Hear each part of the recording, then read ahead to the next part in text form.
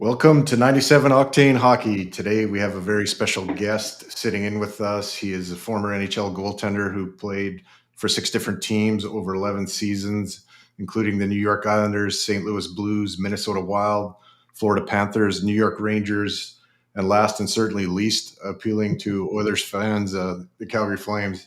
He is also a Bill Masterson Trophy winner, a survivor of bacterial meningitis, and a lover of homemade pasta. He's now an analyst for TSN Radio, 1050, NBC Sports, and the NHL Network, where he shares his knowledge and humor with hockey fans across the country and North America. He is none other than Jamie McLennan, also known as Noodles. In 1989-90, my weekends usually consisted of driving to Lethbridge with my sister and my mom to watch Jamie play with the Lethbridge Hurricanes when I lived in southern Alberta's Milk River. Jamie, on behalf of my co-hosts, Chad Graham and Bob Schmidt and myself, Mike Dirsa, welcome to the show and thank you for being here. How's it going? I'm not too bad. Thanks for having me. That's quite the intro. I'm pretty excited about that. You deserve it. I guess one other thing, Jamie, you're probably used to a little bit of this, and I can't do it for too long or we'll get in trouble. But the running down a dream, eh? You betcha. That was our. We used to come out to that song in Lethbridge. It was kind of neat. That does bring back. Every time I do hear that, like randomly, I do think of like coming out in Lethbridge. You come bombing out of the tunnel there, so that's pretty cool. Did it? I gotta ask you right off the hop. I guess did that drive you nuts because it was like your entrance song. It was like when you scored. It was. Yeah, it got a bit old, but you know what? Like sometimes there's certain buildings, there's just a song attached to them where it's like, okay, I know. I can't remember. It's called Chelsea Dagger. That song, yeah.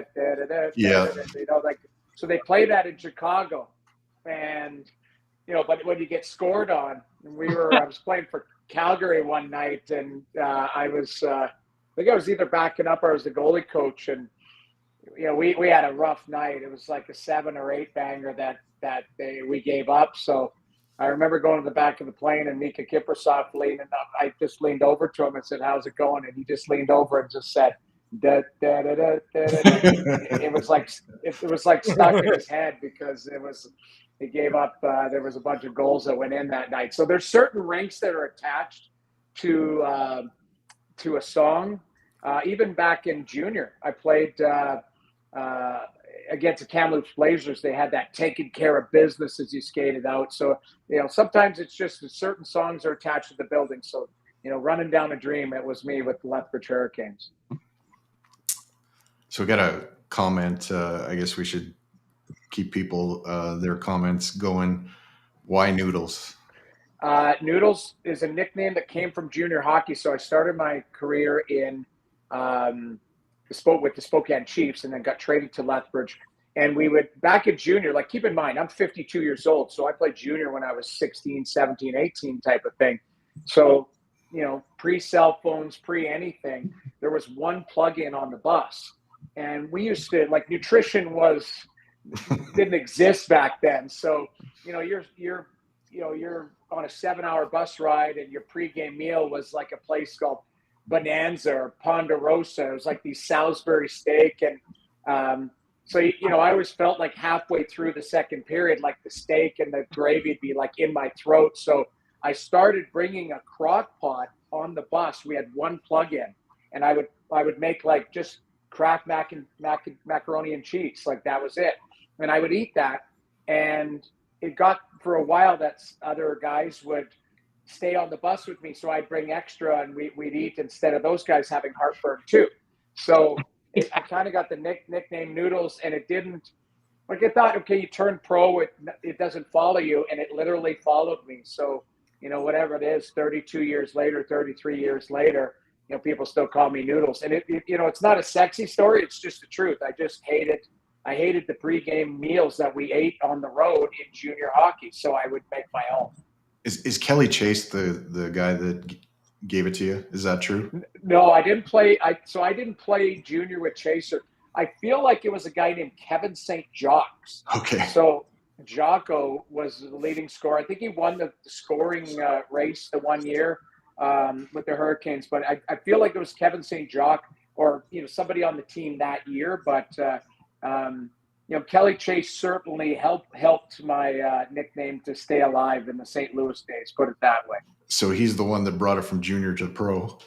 Well, I think it just, there's just a lot of people that there's so much crossover. And as you guys know, in the NHL and in pro hockey and in the hockey circles, everybody knows each other, right? So it's just kind of the 6 degree separation. So that's pretty much, it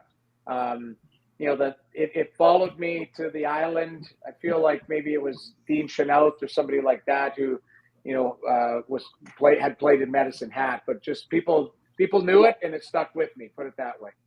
Well, the pasta thing back then, that's carb loading, right? That's all before BioSteel and protein shakes and that stuff. I mean, that is your pregame meal.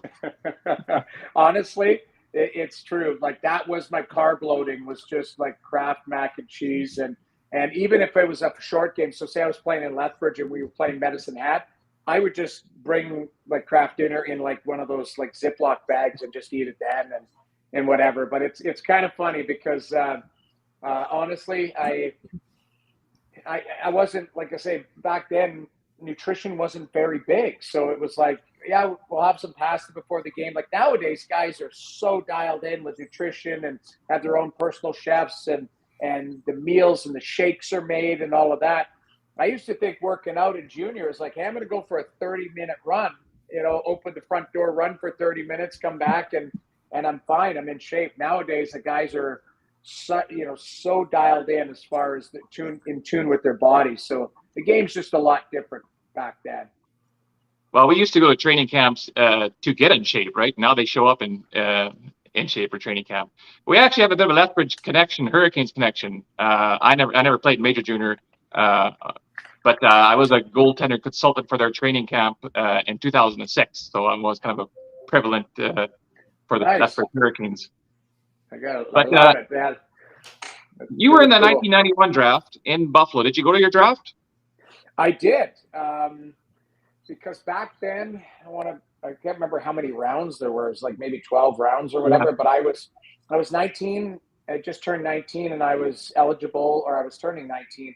I was eligible to go in all 12 rounds, and I was rated the number 2 goaltender in the draft.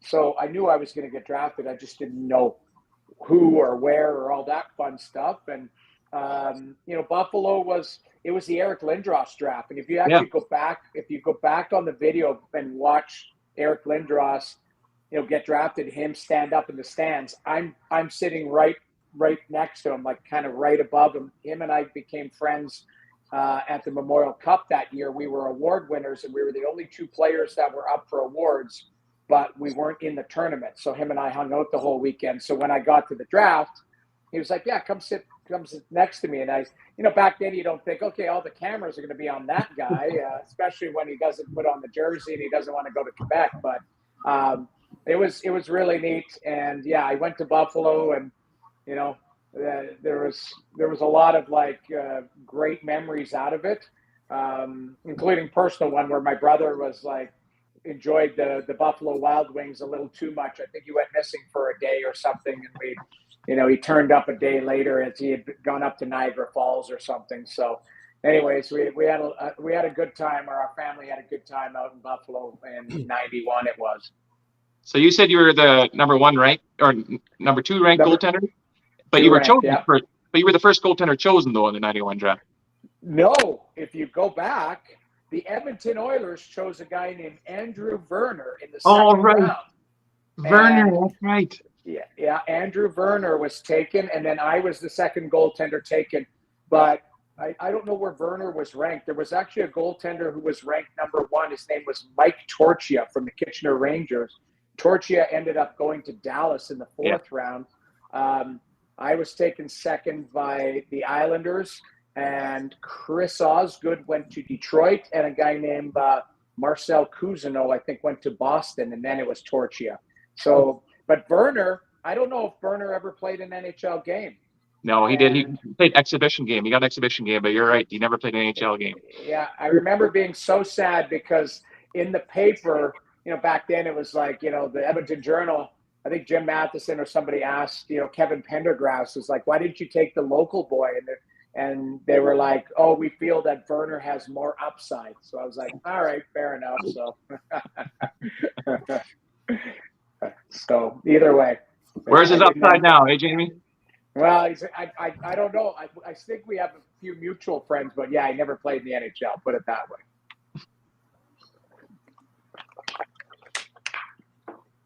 Were you aware then ahead of time about the possibility of the Eric Lindros saga? You and Eric were pretty good buddies, but did he kind of give you the heads up that he wouldn't be smacking on the jersey or any of that stuff? Not really. I mean, yes and no, because I think what it was is it was kind of like well publicized, but I remember being in Quebec. The Memorial Cup was in Quebec City. Mm-hmm. So there was a lot of people that were like, hey, Eric, we want you to come here type of thing. But honestly, back then, I didn't know how big of a trailblazer he was, based on, his preference to not go there or however it was. I don't even remember like the whole backstory to it, but I didn't know much about it. To be honest, I was just a kid and you're all just trying to worry about your own situation. I had a lot of anxiety as to where was I going to go and who was I going to play for and all of that type of stuff. Was I going to get drafted and go back to junior as an overage, or was I going to turn pro as a 20-year-old or a 19, 20-year-old? So I was kind of more just caught up in my own little bubble. So you go to Long Island and your first... Good Lord, share the stage, Bob. I paused for a minute. You didn't say a thing, so I told you I got lots on my... Okay, go ahead, Chad. Go ahead, Chad.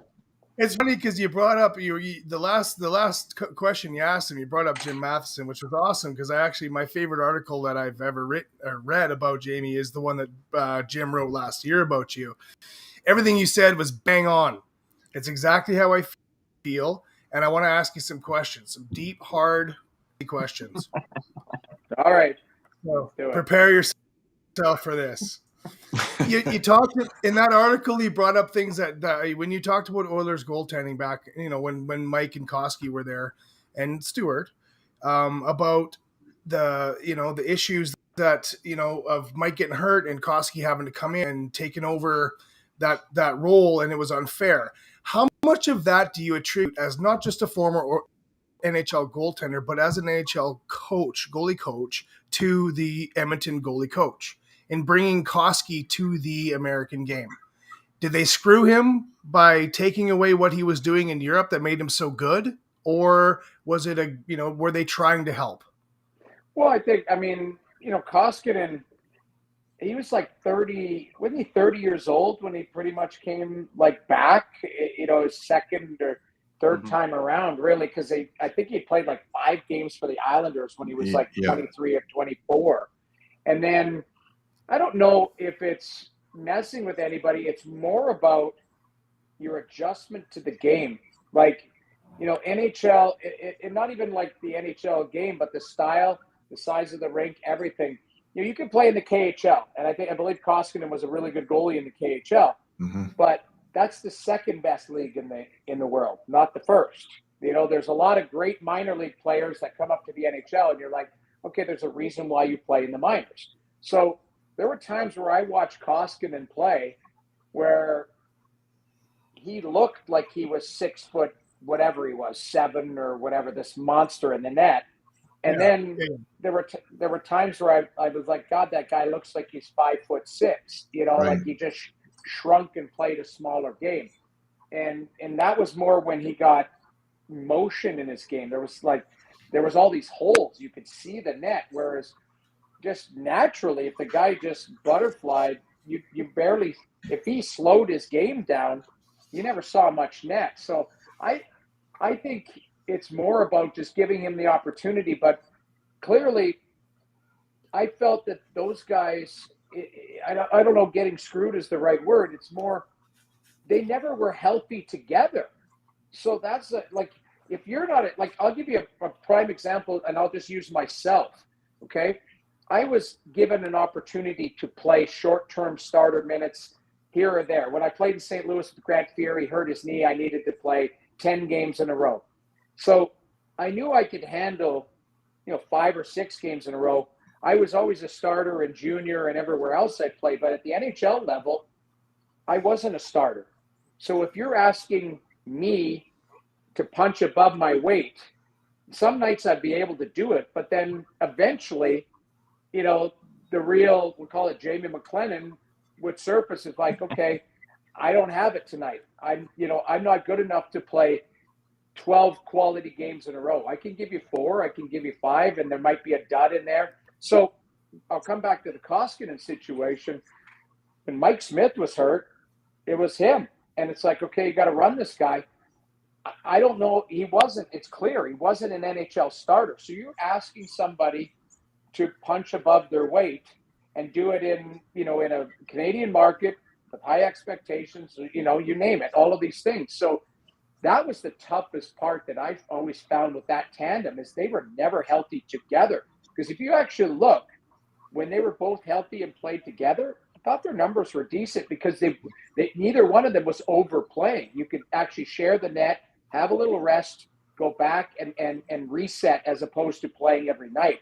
So that was my biggest struggle with that goaltending tandem back then with Smith and Koskinen, is neither one of them were, they shouldn't have been, if they were healthy, they should have been spaced out in their starts. And it was like, okay, we're going to run Smith a bunch of games, or we're going to run Koskinen a bunch of games, and then they would erode and it would look ugly. So that's literally the best answer to that question I've asked for. So thank you for that. Now, my next question is this. So last year's playoffs, came to LA when Campbell comes in, saves the day by leaps and bounds. What do you do as a coach? Oof. You saw exactly what question you saw, what I saw.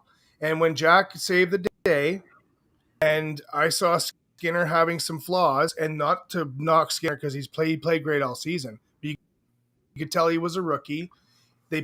Jack came in and actually did a great job for them in playoffs. Why did they not go to him? Well, in your Game opinion? 6 even, like I think the biggest argument, like I put it this way, I think it was fine to go back to Skinner after the first pull, but not the second one.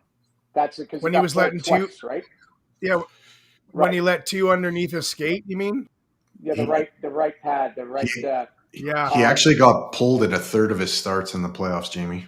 Right, that's what I mean. And Jack let in 1 goal. Jack let 1 goal in. There was a time. What's the game that they came back in? Was that what game number was that? Were they in LA? Wasn't that where? I think that's Game 4, and LA would have took a 3-1 series lead.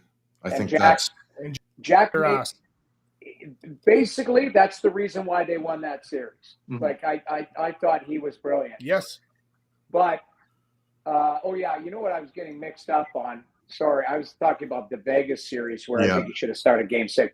You're right.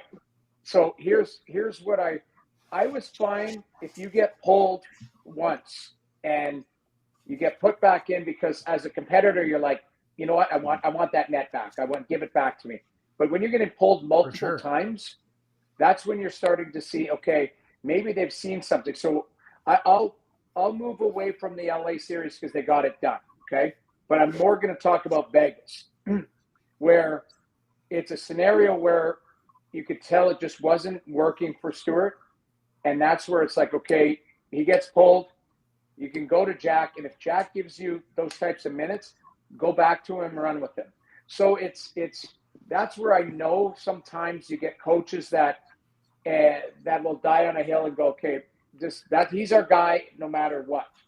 But I might be the only guy who would say this, but I expect things to be different this year because I expect Jack Campbell to have a bounce back year. There's two of us that'll say that. I promise you. Three of us. So three, 4. Okay. The reason I'm a forward, Jamie. My opinion doesn't count. Well, okay, but I'm going to lump you in. But here's why. I thought Ken Holland had a really interesting comment at his year-end presser, where he said, if you take a look at the history of players that have changed teams on contracts or whatever, he said, not all of them, hit the ground running. You can look at Kadri, you can look at Huberdeau. The only one who hit it out of the park was Matthew Tkachuk because he was up for the Hart. He was brilliant in the playoffs. But everyone else who changed teams, there was a lot of them that struggled, including Jack Campbell. So what do I expect from Jack Campbell this year? A lot more comfortable in his environment, comfortable in his skin as a goaltender, knows what to expect, knows the tendencies of the D in front of him. It's kind of like your first run through. It's like, okay, been there, done that, a lot more comfortable in the city, everything. So I expect more of a goaltending battle this year than last year, where we all expected Jack to play 50, Stewart to play 30, and Stewart to kind of be groomed. It went the other way where it's like, okay, Jack's, we're winning games 5-4 and he's not playing well.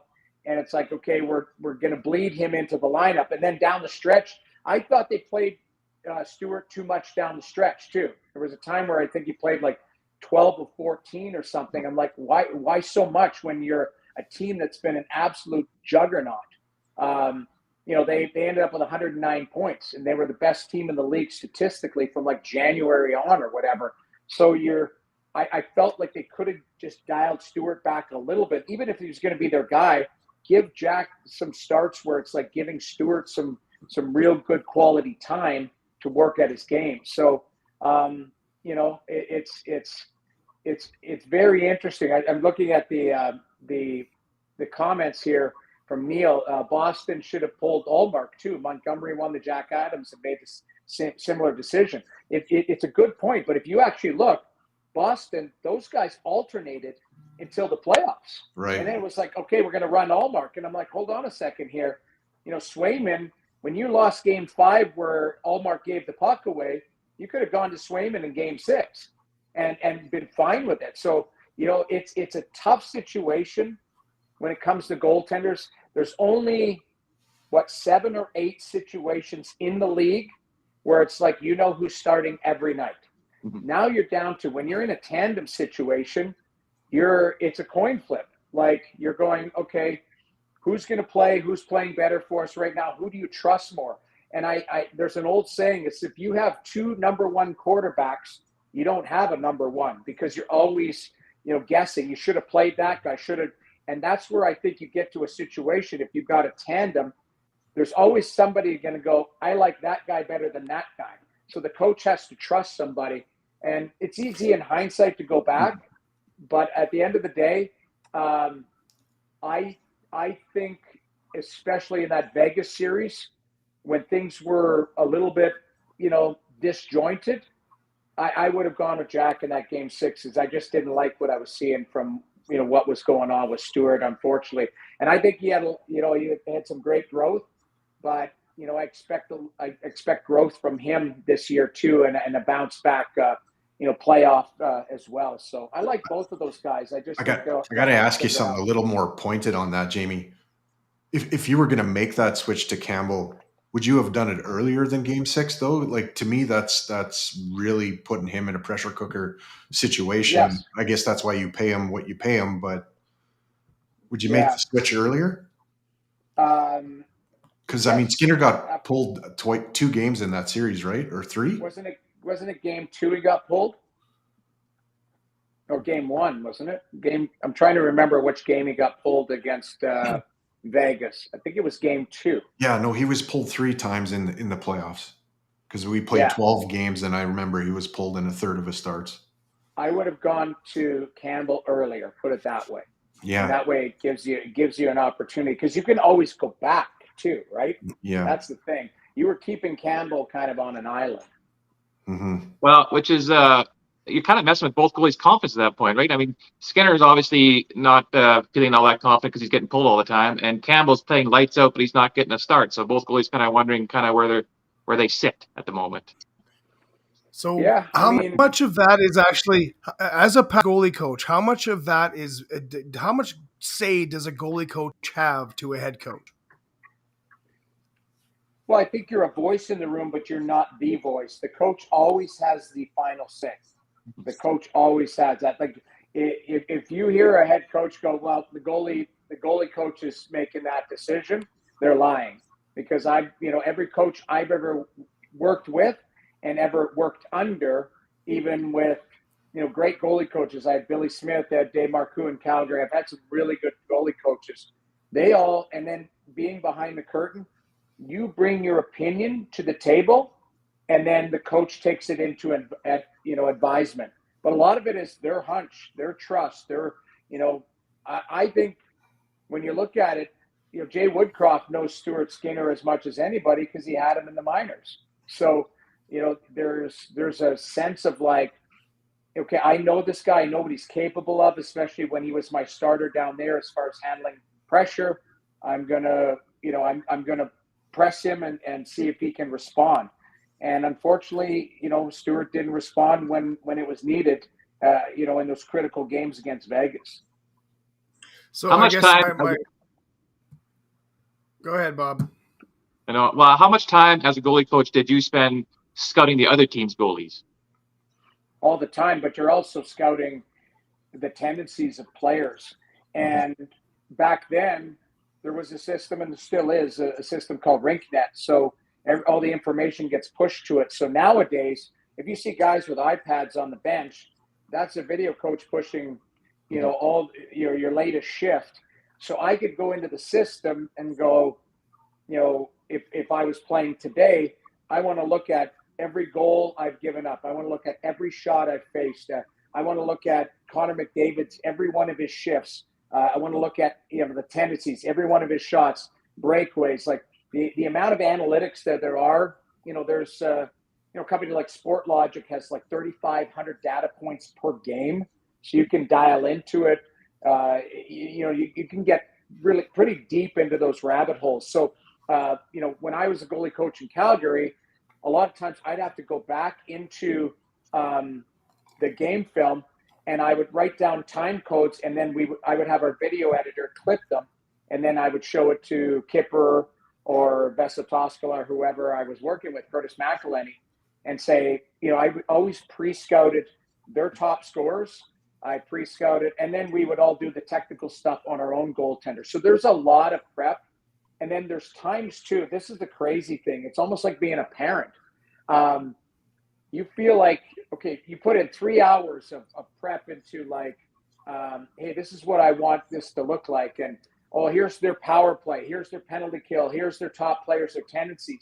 And then you walk in to show that player, whether it's Kiprusoff or, whoever, Curtis McElhenney, they're like, I don't want to see anything. I'm good today. I know that team inside out. And you're like, okay, as long as you're comfortable. But that's the thing. So there's other times where the goalie's like, I need to see everything. I want to see, the defenseman who has 8 shots on goal all season hasn't scored. I want to see what he's up to.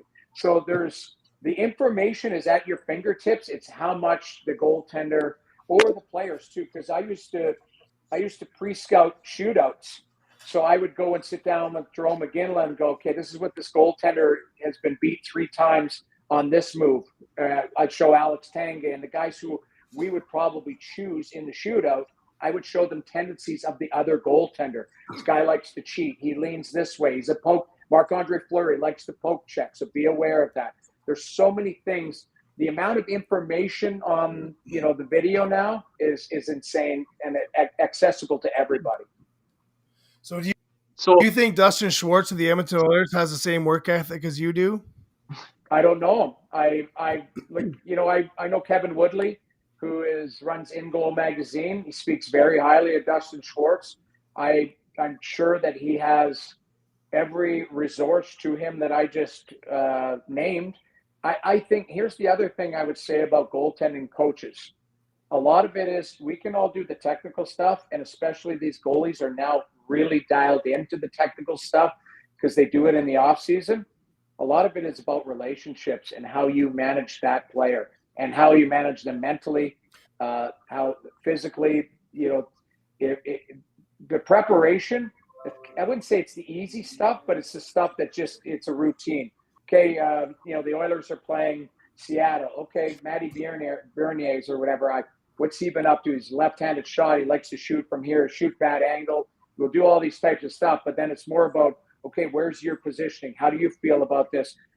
Keep in mind, like, if you're dealing with an athlete a month into the season, nobody is healthy. Like, you're only healthy one day of the season. That's training camp, and that's if you didn't get an injury in the off season. So you're always got something nagging. So you're also dealing with, the person and what they need that day. And okay, you need to prepare for the game, but you also need, you don't need that many shots. You just need some technical stuff that day. I think that it's more about the relationships and what people need. So I don't know. Like, I don't know Dustin at all. I know Kevin Woodley speaks highly of him. He's been there with the organization a long time. So, I just, that's one relationship I really don't know when it comes to. I know a lot of other goaltender coaches throughout the league, so I can speak to them. But, it's sometimes, I don't know if you're going, it's like, hey, he's been there a long time, maybe change is in the air. But at the end of the day, if he's worked with Stuart Skinner had a pretty good season last year. It just kind of fell off at the end. We'll see what he does with Jack this year. Well, yeah, but Jack at the end of the season went back to Emu and Ranford and all of a sudden started playing like Jack again. That's what I'm talking about. So why would he go back to his old coaches if he was looking for something to spark his fire? Well, Dusty's a good friend of mine. Dusty was my junior partner, right? Yeah. Dusty's more the mental guru. He's very, very strong at the relationship aspect. So, maybe it's easy to point out, like, Jack had tremendous success in LA with Dusty and Billy. And, you go with people that you're comfortable with. Like, I know personally, Dave Marcoux was a great goalie coach in Calgary, who's a personal friend of mine still to this day. So, you get this comfort level, and maybe that, comes back to, it's more about relationships. Like, you've got to have trust in somebody that you're working with every day. And that first year, maybe there was some bumps, and it's like, okay, you got to get through it. So we'll see how it unfolds this second year, put it that way. My sister's trying to anoint you the new Oilers goalie coach here. They can't afford me. Yeah. But, Jamie, my uncle used to say, like, a goalie coach, you can't turn a Pinto into a Ferrari. The thing I think that gets Oilers fans and Chad kind of dire up, though, is, Barry Stafford was an equipment manager in Edmonton forever, did a fabulous job, but they let him go. And it seems like Dustin Schwartz survives anything that comes his way.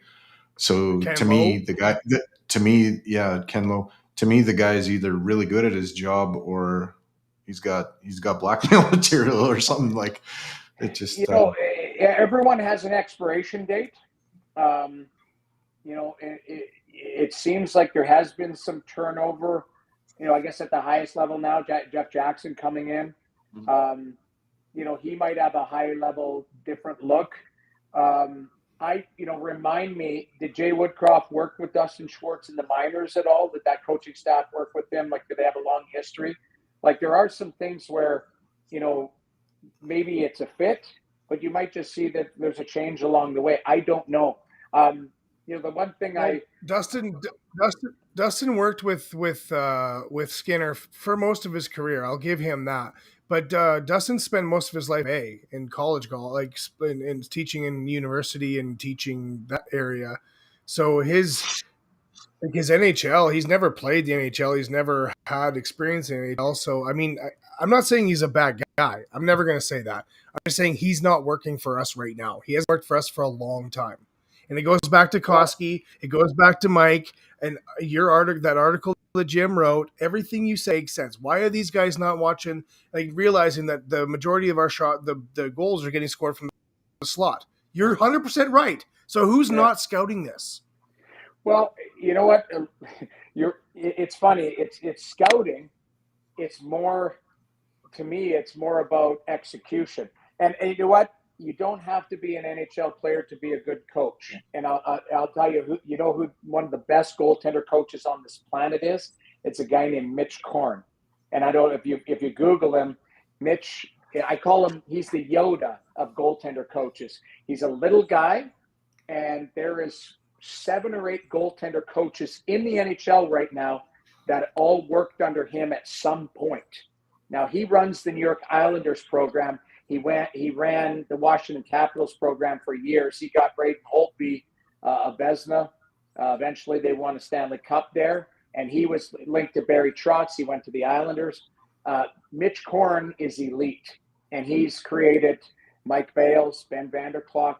There's I think 4 or 5 goalie coaches right now in the NHL that Mitch Korn helped produce. So, I look at, you're right. You feel like you do need to play a high level or have a high level understanding, or you need to be an out of the box thinker.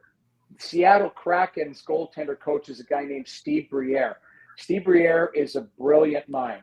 Okay. Oh yeah. So Steve Briere was in Toronto for 7 years. If you take a look at his body work, so Steve had Jack, Steve had Freddie Anderson. He got them both in the All-Star game.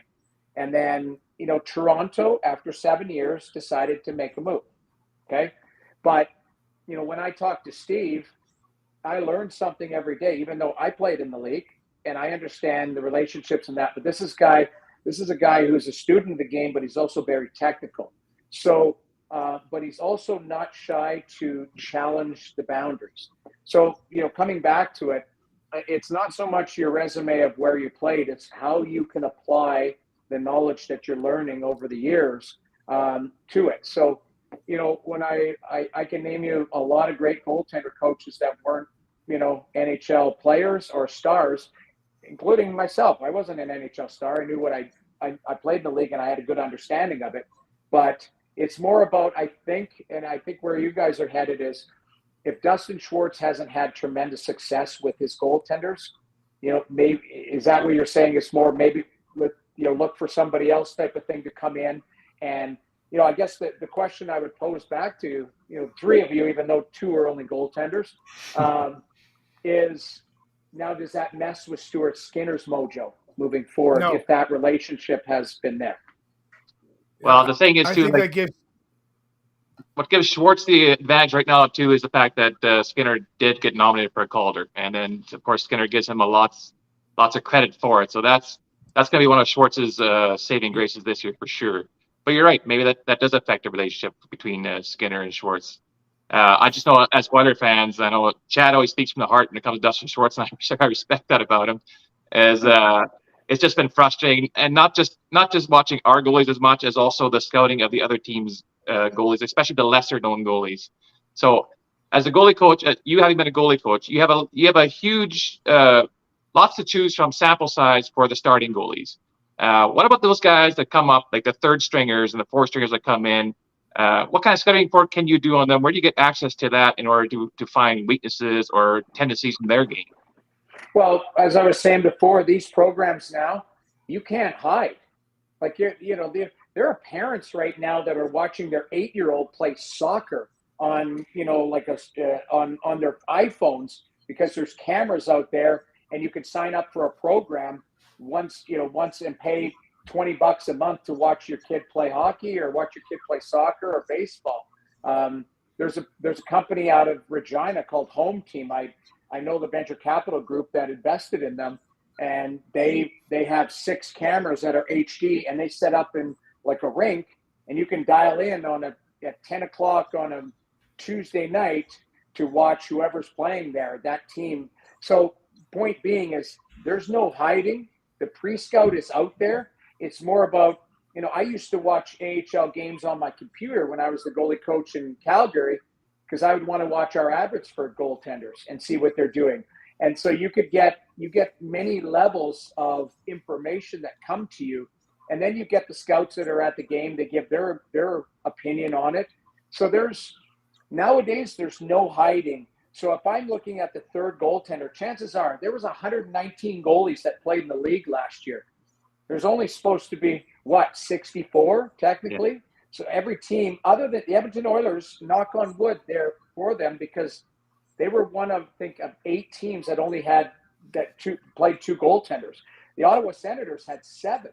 Yeah, I think the Toronto Maple Leafs had like 6 go through. So if I want to scout Joseph Wall coming up from the Toronto Marlies, I can dial into the AHL. I can look at pre-scouts. I can look at game film. So I'm already prepared. If I know Dylan Ferguson played 1 game for the Ottawa Senators, he was in the East Coast League. If I could look up Dylan Ferguson's body of work, and I can pre-scout and look at a lot of tendencies that he has and says, you know what, he cheats and leans to his glove side and leaves the blocker, 12 inches above the ice or 14 inches above the ice inside the post. If you have a blind shot, shoot there. If I'm a guy who, you could figure out all the pre-scouts on guys, because, again, you're coming at an angle with pro hockey. You can't hide nowadays. Like, everyone's got game film. Everybody's got something. It's more about digging into it and having that book on everybody. Well, that adds to the frustration, though, then for us, for the Oilers, because, like, as dominant as we were offensively, as a team, we struggled against backup or third stringer goaltenders. We've had 25 games against goalies that were at that time either a backup or further along the line, and we finished 3 games below 500 against them. So what are we missing there? And when it comes to studying those guys, if all that information is out there, what's being missed that we're not as effective against those guys as we are against, like, Jacob Markstrom or what have you? Well, I'll give you an example. I'm trying to remember his name, and I'm just looking it up on my phone as we talk right now. There was a kid that made 50 saves with Anaheim in Edmonton that night.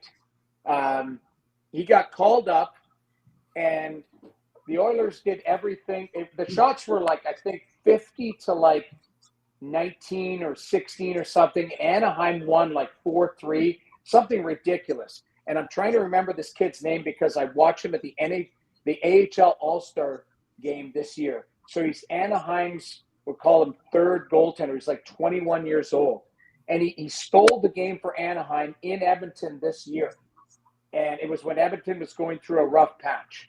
But you can't, the pre-scout on that goalie, they were hitting him. Like, he was literally in the wrong position. At one point, I think he was facing the wrong way in the net, and Draisaitl hit him in the ass. Like, stuff like that, those are like, okay, you just got to throw your arms up and go, this kid just stole that game. And you're right, like, there's certain, like, shame on if you haven't done the research on who you're playing. Okay, yeah, so Rob just wrote Lucas Dostal. That's right, yeah. Dostal.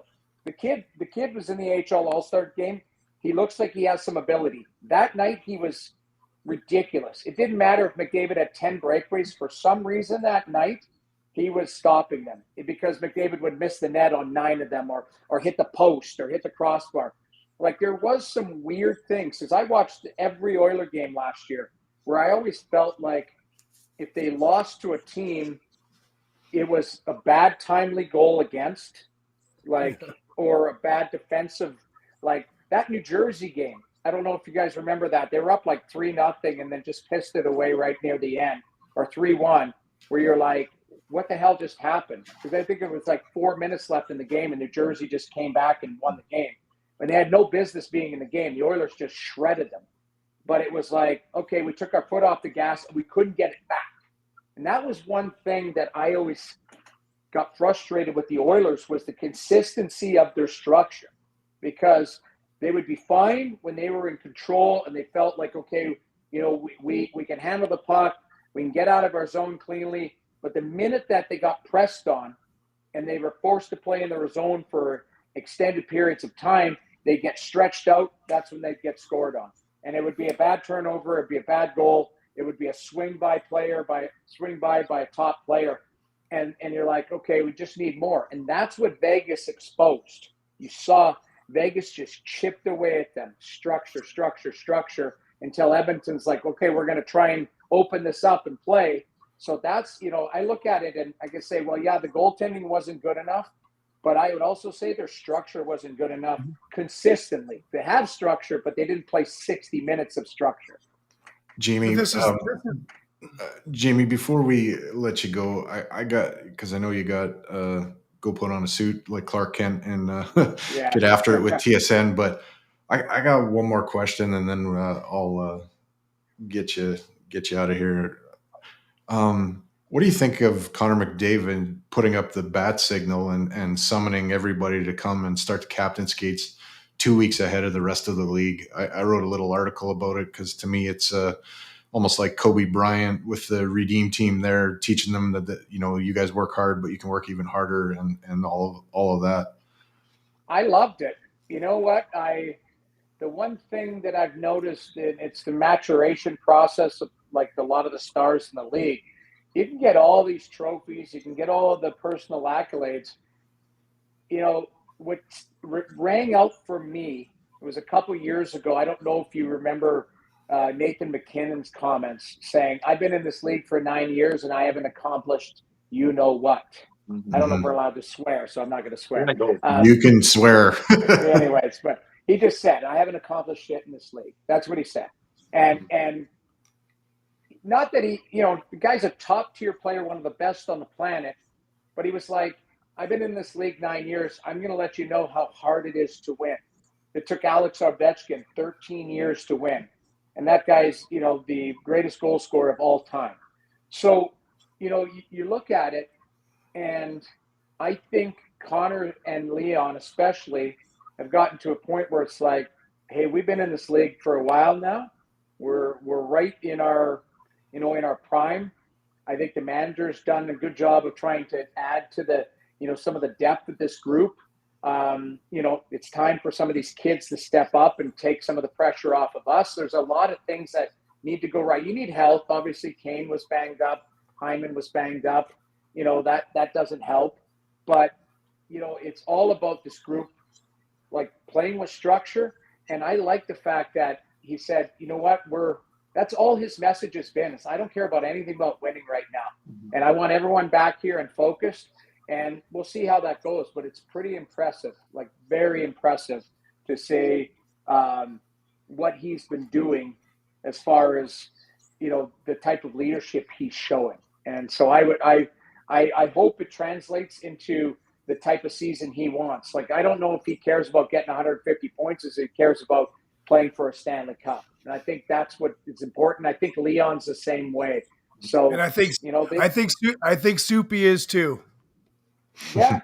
Well, you know what? It's good because they're going to need him. I'm telling you right now, I believe, I said this, and I don't know how you guys feel, but there are, and this is a bad analogy, but there are 3 reclamation projects alone in Alberta, and 2 are in Calgary, Huberdeau and Markstrom, and the third one is in Edmonton, and it's Jack Campbell. Reclamation's the wrong word. Just bounce back season. Like, I'm looking for bounce back seasons, and I think Jack Campbell's poised to have one, and I hope he does because he's a good guy. I'm so excited for Soupy to kick ass this year. He's a good guy. So we want to thank our special guest, Mr. Jamie McLennan, for joining us and sharing his stories, insights, and we didn't get much of his humor. I heard he's a good impressionist, but we'll save that for maybe down the road. I also want to thank the Emirate family in Spokane for being weird to Jamie and they were and him getting to Lethbridge so I could watch him play. Those days with you, Wes Walls, Corey Lyons, Kelly Enns, Brad Rubachuk, and Dusty Amu. Those were pretty special, and there's so much more. You guys were great. We appreciate I got two quick fire questions quickly. Number one, who's your goalie idol growing up? Eddie Mio. And Eddie Mio was my guy. And then I met him and had some drinks with him in Phoenix one night when I was playing for St. Louis. It's pretty cool because that's Gretzky's guy, eh? Yeah. They're best friends. So Eddie Mio was my guy growing up. Him and Mike Liut. Yeah, they were my two goalies. And Fierzy all of a sudden. And Fierzy was my guy. Here's the craziest thing. I won the Dairy Queen shootout when I was I've got the ring light here. Hold on. I won the Dairy Queen shootout when I was 12 years old and got my picture with Fierzy at the first playoff game. Andy Moog was playing, and years later, when I was 26 years old, I'm playing with Fierzy in St. Louis. So it's kind of weird. That was that's a surreal moment playing with one of the greatest of all time. I love Grant. He's the best. Jamie, for our YouTube thumbnail, we use that picture, and then there's another one where you're standing with Grant and you're kind of dwarfing him in that one. So yeah, I'm taller than Grant now. I used them both. That's awesome. Number two, who was your favorite goalie partner that you played with? Oh, you know what? I was lucky to play Ron Hextall was my first NHL goalie partner who was unbelievable because he taught me how to work hard. Like he was one of the hardest workers I've ever, and I still to this day respect him. And I've told him that Hexy and I, every time I see him, we have good chats.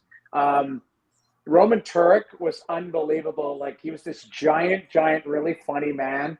Roberto Luongo, obviously Louis and I are so close. And Mika Kiprasov is a dear friend of mine. So I'm spoiled. And then I just mentioned the legend Grant Fuhr. Like I feel like Fierzy's on a different level because it's so surreal because he's like a god. So I don't even – there's times where I'm like, that guy's my friend, which I think is weird because it's like somebody I idolize. So I was lucky. So I would say there's like a 5 or 6 pack that I was fortunate enough to play with because those guys were so impactful in my life along the way. Thanks so much, Jamie. Thank you so much. Hold on. I'm going to answer these questions. Are you an Oiler fan? You know what? I grew up a fan of all teams, but I had favorite players, Grant Fuhr, Eddie Mio, all that. So I never had a favorite team. I just always had favorite players. Rob says Wayne's 894 goals might have a say in that. You're right. Although I think Ovechkin might catch him, which is crazy. But I obviously love Wayne. Anything else? There's somebody in there who talked about St. Albert. I grew up in St. Albert. I lived on Butterfield. Yes, I grew up at 50 Butterfield. And my parents, when my dad passed away about 10 years ago, my mom sold the house. But obviously, still have a great connection to St. Albert. Some of my dear friends are still there, and I come back as much as possible. So do you? I miss. Oh yeah, I was there. A couple of weeks ago, I just popped in to see my mom. My mom lives at St. Albert still. I'll be out there in October for the outdoor game, just to do some stuff there. So awesome. I'm always in Alberta. I go to Calgary obviously because of my connection there, but I also go to Edmonton because I grew up there, and it's still one of my favorite places to go home. So it's awesome. I'll need to corner you sometime then, because when I retired my goalie pads, I get NHL goalies to sign the pads, and that's kind of instead of just giving them the pads away. So I need to corner you sometime and get you to sign my pads. I got Fuhrer on there, Ken Dryden, Curtis Joseph, so it'd be cool. That's pretty cool. Well, that's awesome. Well, thanks for having me, guys, and I'm going to run on to Sports Center here, but we'll chat soon. Okay, thanks for doing this, Jamie. We appreciate it a lot. All right, we'll chat soon. Take care. Thanks for having me. Thanks, Jamie. So we're going to stick around for a little bit and just kind of recap that. I mean, that was a lot. Hashtag fire Dustin Schwartz. That's the end result of that situation. Jamie's great. I mean, he asked for 45 minutes, but then he extended that by another 10 for us. So that's awesome. Yeah, no, that's good stuff. And I thought Chad, you and him had a good thing going there back and forth. That was a good little chat. Yeah. Well, I mean, I love Jamie. Actually, my uncle Kurt told me that back in the day, he said I played a goal a lot like Jamie McLennan. It was pretty funny, actually. I had so much I wanted to ask too. Like, oh yeah, I know. I about 2 weeks ago, I went to a preseason Junior A, the Storm here game, and young netminder, the guy's got a puck and he's kind of almost at the bottom of the circles, and the goalie still doesn't have a stick on the ice, and he's standing straight up. I'm like, when do you get ready? I know it happens a lot now. I see that too here in minor hockey. There's a goalie I'm working with again this year, and I saw the other kid at the other end. He was doing the same thing because they stand straight up until they get into about the face-off circle, and then all of a sudden they go down to their crouch. Yep. Sometimes they're just not quite. You know what, name? Name Cardinal here on the chat. Yeah, they're not quite in there anymore, are they? Okay, name Cardinal on the chat. Always good to hear from your name. The better Fort Hawks goalie. I'll tell you what, there's a name that you're not even mentioning. The best Fort Hawks goalie I ever played against or even saw was Dino Flat. He was amazing. I think he could have gone somewhere if he could have stayed away from some of the outside distractions. So we'll probably stay on for like another 10 minutes or so. I know the Fantasy Hockey Hacks guys tonight are making their debut on Edmonton Sports Talk, so I don't really want to overlap that too much, but I think just another 10 minutes is cool. And I'm seeing now Rashog has got Matthias Ekholm.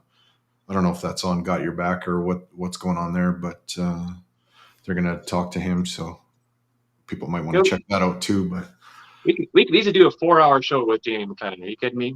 Well, he had lots of games to give. Oh yeah, fuck. My sister's asking, as in Dean Flat? Yeah. Yep. My sister's up in Manning, so she might kind of know what's going on. Love you, Lori. Miss you. Love you. Home of the Manning Comets. I used to play against them all the time too, and I played in senior league for Fairview. So she wanted me to ask Jamie out for her, but I think his wife and kids might have a problem with that, so I didn't broach the subject. Lori, and it was, it was real nice to do this podcast and have the best seat in the house for you two to ask him questions. But as a forward, I just sit back and enjoy it. There's so many other things. Like I looked at some of the guys he played with. Like he played with Brett Hull, Pierre Turgeon. Like his first coach in NHL was Al Arbor. Like there's so many stories he could share about that, or you could go on about. So. I was going to get into it with him and ask him, who's the toughest shooter you faced and that kind of stuff. But and what about in 2004? Like he was with the Flames. And he gets traded to the Rangers, and that's the year the Flames make to the finals. He missed one of the finals run. Yeah, well, saved the heartbreak of losing Game 7, I guess. I guess so, yeah. And then he comes back to the Flames and ends up as Kiprasov's goalie coach. That's hilarious. I love it. Kiprasov's goalie coach. I love it. He had. You know what he coached Kiprasov on? Keeping him out of the pub. Yep. Well, Jamie took all the penalties for Kipper. He had 54 minutes of penalties. 34 of them were with the Calgary Flames. Yeah. Although you have to admit, though, Kiprasov with the Flames, and I hate to say this because I'm an Oilers guy through, like, we got the tattoo, is that fucker was a workhorse. Like, he worked hard. He played games. He played many. Like what Jamie was talking about with the goalies today, with the tandems, and how you're hoping this guy plays 50 and this guy plays 30. Like Kiprasov played 82 and then went to the playoffs. Yeah, that kind of stuff. I hated him that he was a Flame, but man, I liked watching him play. Oh God, he was so good.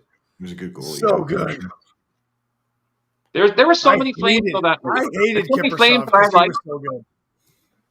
There were so many Flames that I liked, but they just wore the wrong jersey. I was a big Iginla fan, but I liked Nieuwendyk. They used to have this little water bug named Paul Ranheim. I was a big fan of him too. Like they've had so many good players there. Al McInnes. Jeez. Theo, wrong. good Just old, wrong. good old Theo. Theo Fleury. Again, was the Not only much flame I ever really would not deny that I liked. Yeah, Jerome. Well, he's an Edmonton boy though, born and raised.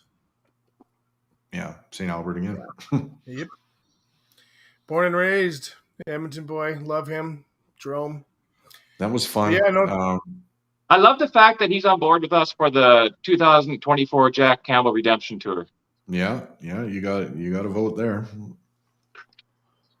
That counts as 2 votes. I think I have to do a favor to myself and get it forward here because this all this goalie talk is. Well, we had Robbie Shrimp on. Yes, we did. Yeah, okay, Robbie so Shrimp. we need a defenseman, I guess. Chris Pronger, let's do it. Oh yeah, Prong Donkey, Pronger and Noodles at the same time would be legendary. Oh man, yeah, they played together too in St. Louis. They were together. Yeah, and Yeah. Pronger tells a story about eating a fucking shot and breaking his ankle because Jamie kick saved the shot out to, oh man, Brett Hall, I think.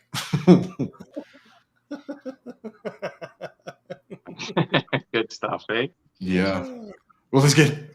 I wanted to reach out. It's hard now, but Jason Strudwick, it would be good to follow up after Noodles, and he's both. He's a forward and a defenseman.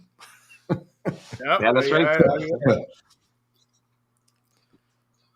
Okay, boys, I'm calling it a night. Yeah, I think that does it. Thanks everybody for watching, and we'll be back next week, probably Thursday, I would guess. But sometimes we get guests that are high profile, and we have to accommodate their schedules and not ours. Little mix up between me and Jamie on 9 Mountain and 9 Eastern. So we met in the middle and went at 8 o'clock. Worked good for Jamie, worked good for us, I guess. Thanks everybody for watching. Keep your sticks on the ice. Keep reaching for the stars. Go Oilers, go. And log on to heavyhockey.com for all your articles. And subscribe to 97 Octane Hockey on YouTube if you haven't already. Or you can also subscribe to the Heavy Hockey Network YouTube page. Thanks again, everybody. Good night.